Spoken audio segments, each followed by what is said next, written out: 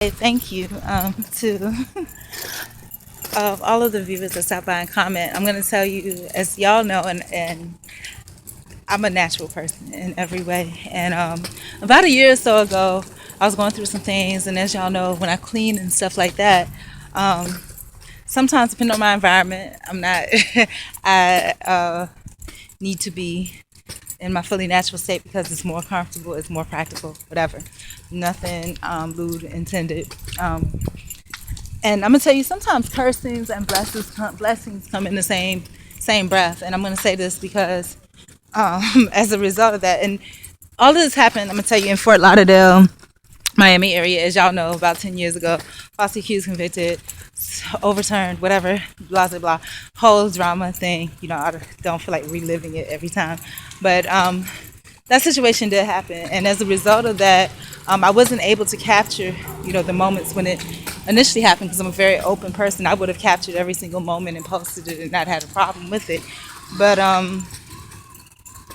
yeah, so as a result of that, my lifestyle has been less than perfect for the last 10 years. Um, Initially beginning with the legal thing and then being court ordered to homeless shelter and then just the whole cycle. And so I think that whenever you're deemed homeless, by the government or whatever you call it, that's something that lasts with you forever because you don't just like sometimes there's things that you see that you just don't unsee. There's things that occur in your life that you just can't pretend. Good morning. Pretend didn't happen. So that's one thing. That's one of those things. Anytime you've been institutionalized in any way, whether it's through a shelter, through the prison system, through those types of those things do have an impact on your life, and it's everlasting. It changes you. You are not the same person. How you respond to certain stimuli, not the same. Because again, it's totally different. It's like when you're in institutions, that type of thing, it's like the mask.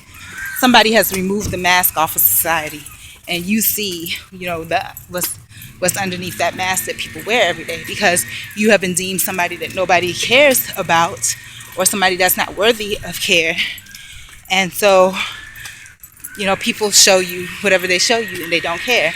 And again, and I'm going to relate this to me being called sweetheart. When I go in public, a lot of times, children, probably barely out of their teens. Oh shit, I need to catch this bus so bad. And I'm gonna miss it, and I cannot afford to miss this freaking bus. But I am gonna miss it. That's what it looks like. Oh my god. I am gonna miss this bus. You know what? I'm not even gonna try to catch it. I'm just gonna go down and walk down to this other bus that I can catch and catch that one. So anyways, it'll give me more time to blog. So when you are in those situations where you've been deemed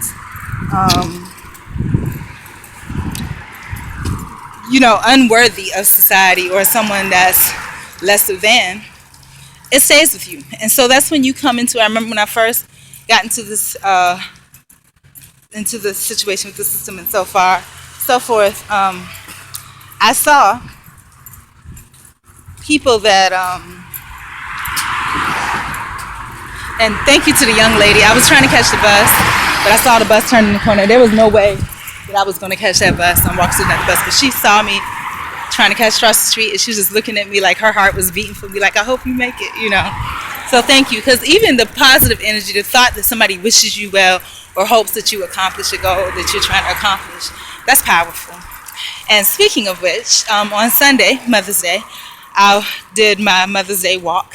And I came across this church, and that was one of the things that one of the men in the church mentioned, that your words are powerful. Your thoughts and your intentions are definitely powerful. So there's those of us whose thoughts and intentions are to heal, and that's what mine is. And for us to do anything other than, we can't even think about anything other than that. But anyhow, so all that, what was my point? Oh, once you've been institutionalized, those things stay with you. Because you can't unsee it. You see horrendous behavior, malpractices, and like I was saying, when I'm out and about, the remnants of that still exist because not until after the system have people called me, continuously, sweetheart, sweetie, sweetie, sweetheart, in a lot of times in a condescending manner, which I pick up immediately, and I immediately speak out against it. No, I'm not sweetheart, And there's been times, and then there's times when people do it in a frenemy way, where they say it pleasantly, but there's an underlying now.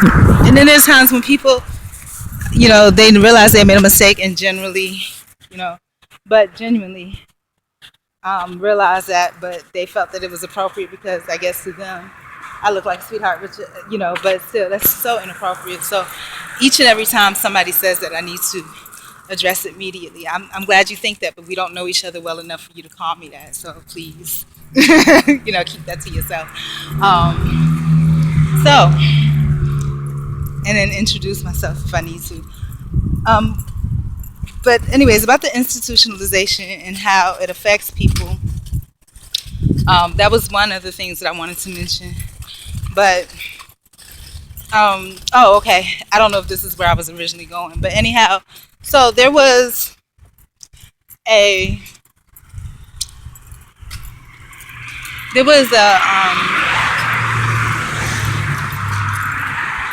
person that left a message on one of my videos, and again, what I wanted to say was thank you to all the people that comment, that subscribe, even if it was for the wrong reason, because it's all in God's divine plan. Because like I said, my YouTube channel, it's just basically me venting, me talking about my day-to-day life, the things that thrill me, chill me, whatever. And when it initially started out, I wanted to do something because I felt that it was so wrong what the system does, the victimization of people systematically. But the thing is that it's not just a system. In order for the system to work like that, there has to be people that buy into it, that support and encourage it. And the general public does support and encourage that type of behavior because they don't think for themselves, So if somebody feeds you this information, just like when that legal thing happened, they posted something in the newspaper, and I remember I went to the rental office lady, and she was just like, well, you did this, that, and the other. And I was like, no, I didn't. She was like, yes, you did. It was in the paper. And I was like, just because it's in the paper doesn't mean it's true, And then the other lady that was there kind of shook her head like, yes, And so it's just, people are so easily programmed. This is an older woman, 50 years old or so, white or Hispanic, and full-time job. So people are so programmed and so enriched in that program. Like just the experiences that I had last week being on the bus, just those experiences all week long. I mean, there was bus drivers that was doing just awful horrible things, and just missing stops and this, that, and the other. And I was like, nobody opened their mouth to say anything. I mean, one bus driver within a 10-minute portion of a bus ride missed 3 stops. I mean, there was just altercation after altercation after altercation. And I was like, nobody said anything. Then I watched this is a good blog, because I've been meaning to blog on this, but I didn't have a chance to because I've been so busy. But now, as the recall, and I had it in my playlist because I wanted people to see it, because I was going to blog on it later. But let me tell you a situation. About a week or so ago, I was on the bus, on the back of the bus. And as I was, there was little things that happened. Like I said, bus drivers, people in authority abusing their power or misusing or not even using it at all. But I was on the bus, and what ended up happening was, there was a lady, and I think I may have started to blog on it but didn't get a chance to finish. But this all goes into something bigger than what I initially blogged on. I might have blogged on this little piece. There was a lady on the back of the bus, real skinny lady, late at night. The bus was kind of packed, and it was like a crack lady that was on. She's appeared to be one of those people that have been through the system, abused by the system, and suffered all the results that the system gave. So she was sitting there, and she had this weave piece in her hair, and she was just tossing her hair back and forth on the phone, smacking and carrying on. And there was a seat beside her, then there was a man on the other side, just looked like an old gentleman, like benevolent man. And so as I sat there, the lady finished, I guess, talking, gossiping on the phone, whatever. And she's a little teeny tiny lady, nothing but really skin and bones, it looked like, and short, you know. And so she says to me, "Oh, that's my husband right there." And I was like, "Oh, do you want me to move?" And she was like, "No, no, no, you can stay there." And I was like, "Okay." Then I guess it was really weird, the interaction, because then I don't know if she felt a certain type of way about it, and so she was gonna make him pay, and then she was also gonna abuse me, and it was nothing. I was just sitting there, old man, you know.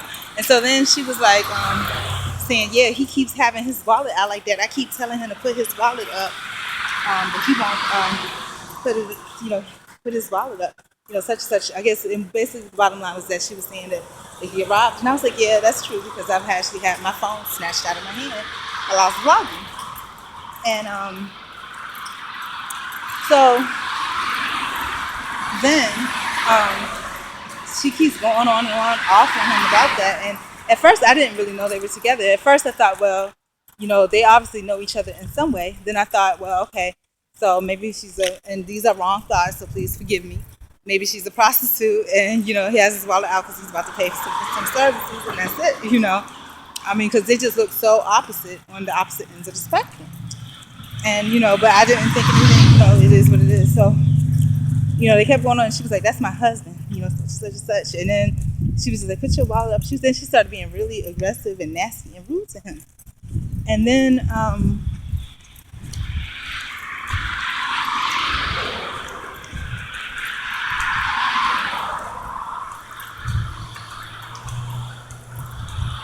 so she was being really nasty and rude aggressive to him. Then she started hitting him, like reaching over me and hitting him on his leg. And then at the same time, she was hitting me on my leg, you know, like I guess because she was so into hitting him and my leg was right there, she was hitting me too. Then after a while, she stopped caring and she was hitting me, and she was hitting me and him. And I was like, you know, so I said, "Excuse me," and I just got up and moved. And then, you know, I thought that was gonna be it, but she just kept going in on him, you know, just the whole time, you know, just really, really disturbing. And nobody said anything. People acted like they didn't see anything, didn't hear anything. I'm like, oh my gosh. So then,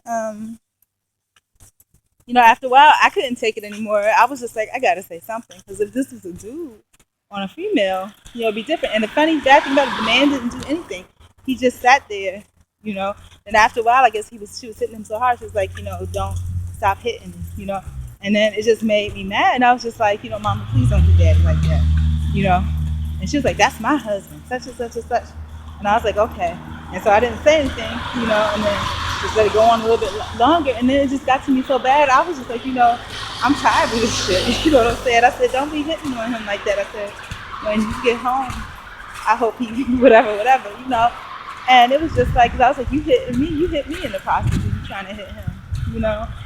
And I kind of really sort of meant that, you know, because she deserved it. I could not believe this woman was beating up on this man like that. Nobody said anything, and the way that it was done, it was done so quietly that, you know, the bus driver really had to be paying attention. Most of the time they don't want to get involved anyhow. But I don't know. I think maybe the right thing for me to do would have been to say something and then get up and go to the front and be like, "Driver, this lady crap out of this guy back here," you know. And if someone want to get involved, I've seen bus drivers where some guy had a girl and their kids and had them by gunpoint and was, you know, pointing them off of the bus. So I've seen things where people don't do anything, and that was horrifying to me. And just coincidentally, after that, I came across this YouTube video, which I had in my playlist, but somebody deleted it because they said it was inappropriate. There was nothing inappropriate about that video. The video showed a bunch of people on a bus.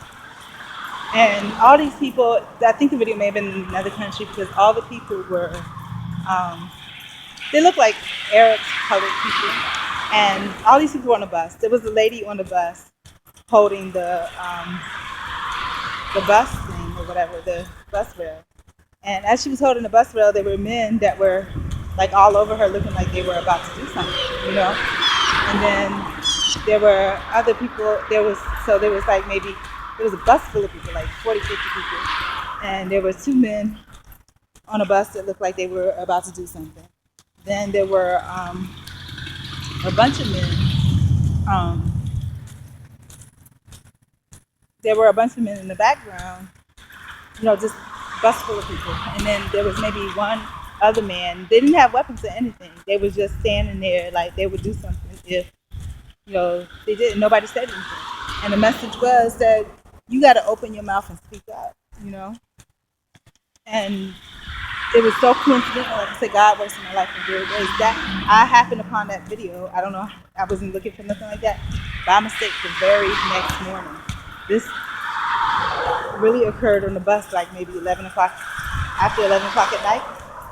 When I got up the next morning, like before 11 o'clock the next morning, I saw that video by mistake. So, and then when I went to, was going through my stuff, just happened to click on the playlist and I saw the video was deleted. So, and it said due to inappropriate material. There was nothing inappropriate about that.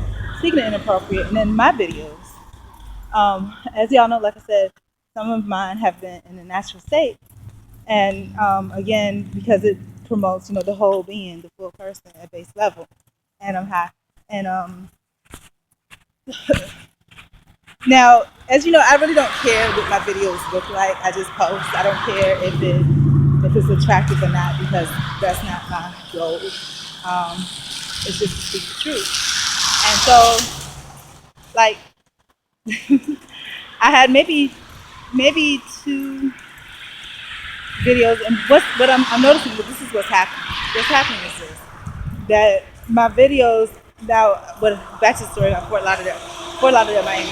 I had a whole lot of hate because I was in homeless shelters and different stages of homelessness, court ordered, and then there were just not my type of people. So a lot of hate and nastiness from people that were there in different capacities, and so I was, in as public as I am in private places like this is, and something else has happened in my life too, where the private is blending in with the public because, like I said, weird things are happening. Like, people come up to me out of the blue that do not belong. And so, for those of you that's ever been watched by the system, you know what I mean. It's like you can tell that obviously these people do not belong in whatever environment that they've been placed in or that they encounter. And you can tell. I mean, it's just really obvious. And I think, it couldn't be any more obvious. So I think that it's intentionally done that way to make sure that you are aware that you are being watched. You know what I'm saying?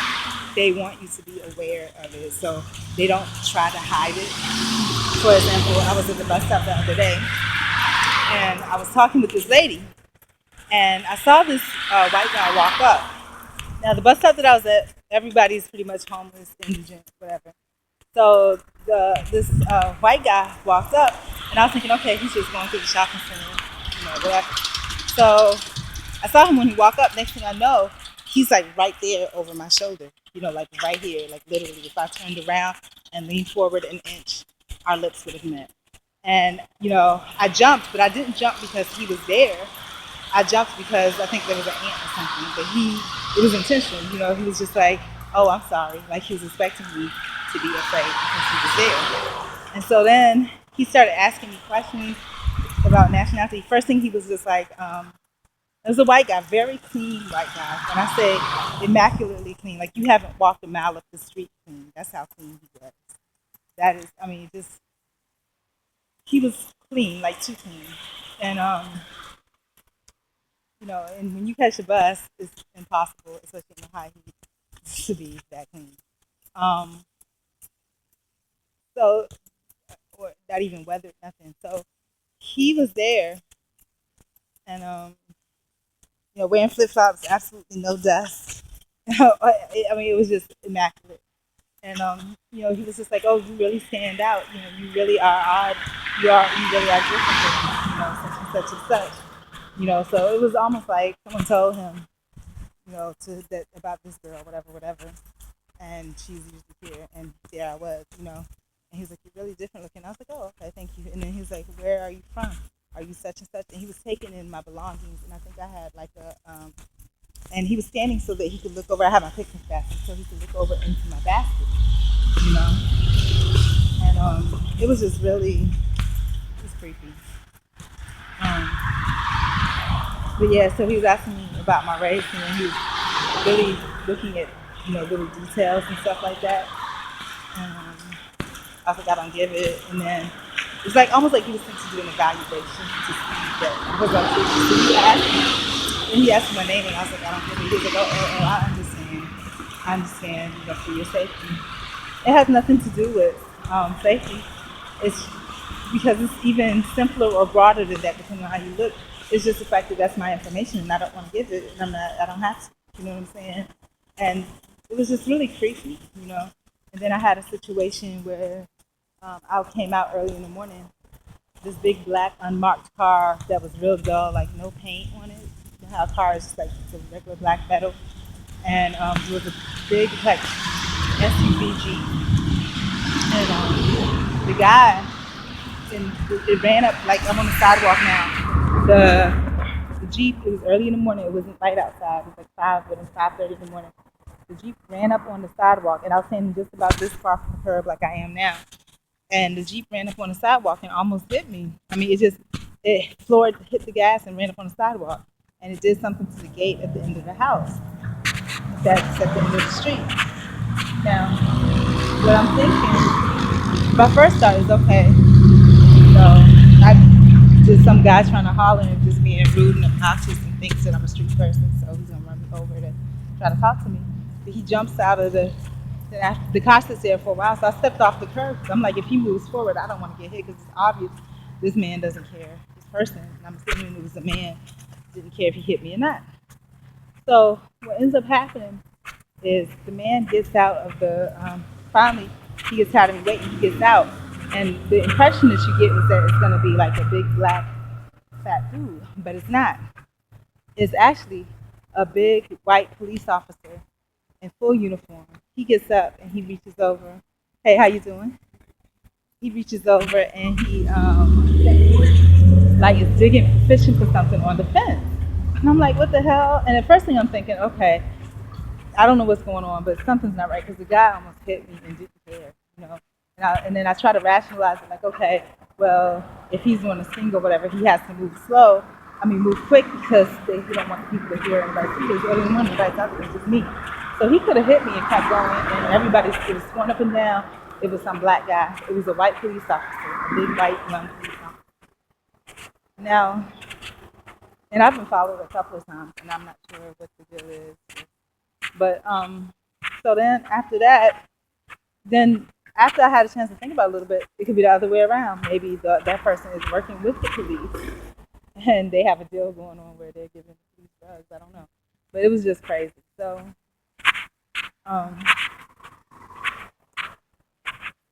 just moving right on. All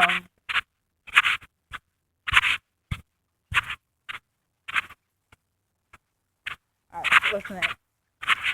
I mean, it's just a lot, and so, but everything is leading to the bottom line. Be careful, because stuff is really different these days, and different in a way that's a little scary. So, yeah, and then after that, let me think. Okay, so the whole point back to again was that institutionalization, the system, how it changes you, and then I was relating some stories that I had. But back to the point was that I got this message from a YouTube viewer, and they said that now what happens too with the system, this is things that they do. They'll open a door for you to walk in, like, and not to say that these people are doing this, because some are just general viewers that have their own mind and cognitive for whatever reason, but they'll, like the interaction I had where, oh, you live with such and such, don't you? Again, they're making an assumption. They're not asking, because if they just ask you, you're not going to tell them, but they're making the assumption. Or somebody will call your name, and then you look, they made that assumption. They assumed to sell, they sold you. Then situations where, like somebody would say, oh, I need to talk to you. What's your contact information? You just contacted me. You have it. You're using it. You want to see if I will respond. And in situations where somebody's asking for advice, and I'm going to tell you, for the young person that left that message, if you're looking for advice, nobody can give you advice on your life. You know what I'm saying? Everybody has uniquely individual circumstances and situations. I mean, if you want to, you can tell me what your situation is, and I can share stories about, how I feel about it. But it makes no difference because that's just my opinion based on my experiences. The way you interact with people and the way that people respond to you may be different than with me. Your goals, for your life and, for your day-to-day living may be different than mine. So certain things I may not do, you will do. Certain things that I will not, that I will do, you won't. So yeah, but I don't mind sharing my experiences, and that's what this whole channel is. It's a big sharing of all of my experiences. But talking back to about censorship and how that video was censored, and it was just like right on time, and it's not there anymore. And just because I'm seeing a sheriff car coming now, I'm going to talk about when I was going through that legal thing, and she's not paying me any mind. So when I was going through that legal thing in Fort Lauderdale, I remember wanting workout partners, which is something that I want now. I remember wanting workout partners, and there was this one guy that I met on something probably crazy or something, and we were going to go for a late night jog. He lived like a mile maybe from me, half a mile. And it was so weird because he was like, he runs all the time at night, blah, blah, blah. And I was like, yeah, I wanted to start. And then all of a sudden, there was a police car, like they were just circling around us. We were doing crunches like in a Walgreens parking lot. And it's like we was running down the street and they would follow us. And, he was like, yeah, they're watching you. And I'm just like, I don't know why, it's pretty boring. You know what I'm saying? Throughout the whole legal thing, all I did was I exercised. And they court ordered me to a shelter, so I couldn't work or look for work, So, just, I don't know, you guys, it's something else. But I'm going to tell you, and I think anybody that's ever been exposed to that will tell you, I think God guides me in all my situations, but being court ordered to a homeless shelter, that's the same. It's very similar to being in jail, except that you have a little more freedom in that you can get deodorant and dental floss and a toothbrush. You know what I'm saying? So, but y'all, the system is crazy. So anyway, that's what my whole point was, to tell that guy basically that no one else can give you advice on your life. They can share their experiences, and if someone shares their experience with you, never take anything as advice. Take it as experience shared, and make sure you get 2 or 3 different opinions or different experiences and put them together, and find out about the people that's giving you the information. What traits about you and that person are similar in a way that matters, which may make their opinion valid or their experience valid to your life. But anyways, I love y'all. Oh, about the censorship, back to that. So, about my videos, the ones that have been banned, like I said, some of them, like I said, slip here, slip there, because I try not to show everything. And after a while, I was like, oh, I saw things on YouTube that I was just really shocked by. And I was like, well, I just need to get this done. YouTube is going to help me because, again, it's the support, the background support that I need. So I had things that were blocked that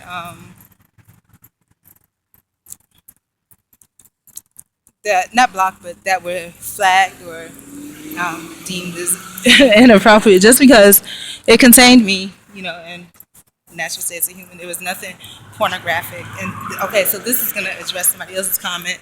Somebody commented on my natural vlog that it should be okay as long as you're not doing anything lewd or lascivious. No, I have a lot. As a matter of fact, the only reason I'm back on this channel now is because